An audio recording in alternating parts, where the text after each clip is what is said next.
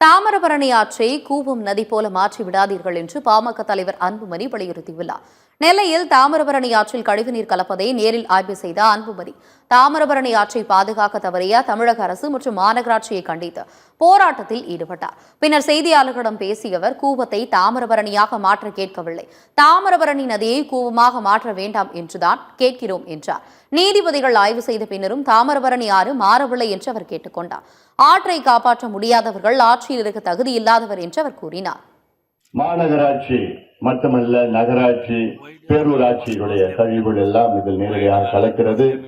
அதையெல்லாம் சுத்திகரித்து அதை தூய்மைப்படுத்த வேண்டும் என்று ஒரு தீர்ப்பை வழங்கினார்கள். நீதிபதிகள் நேரடியாக வந்து இங்கே ஆய்வை நடத்தினார்கள்.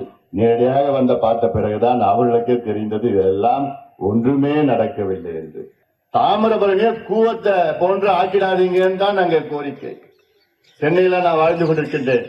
கூவம் ஆறு 40 ஆண்டுகளுக்கு முன்பு அந்த ஆத்துல தண்ணியை நாங்க குடிச்சோம். ஆனா இன்னைக்கு சாக்கடையா மாறிடுச்சு. அதே நிலை தாமிரபரணிக்கு வரக்கூடாது.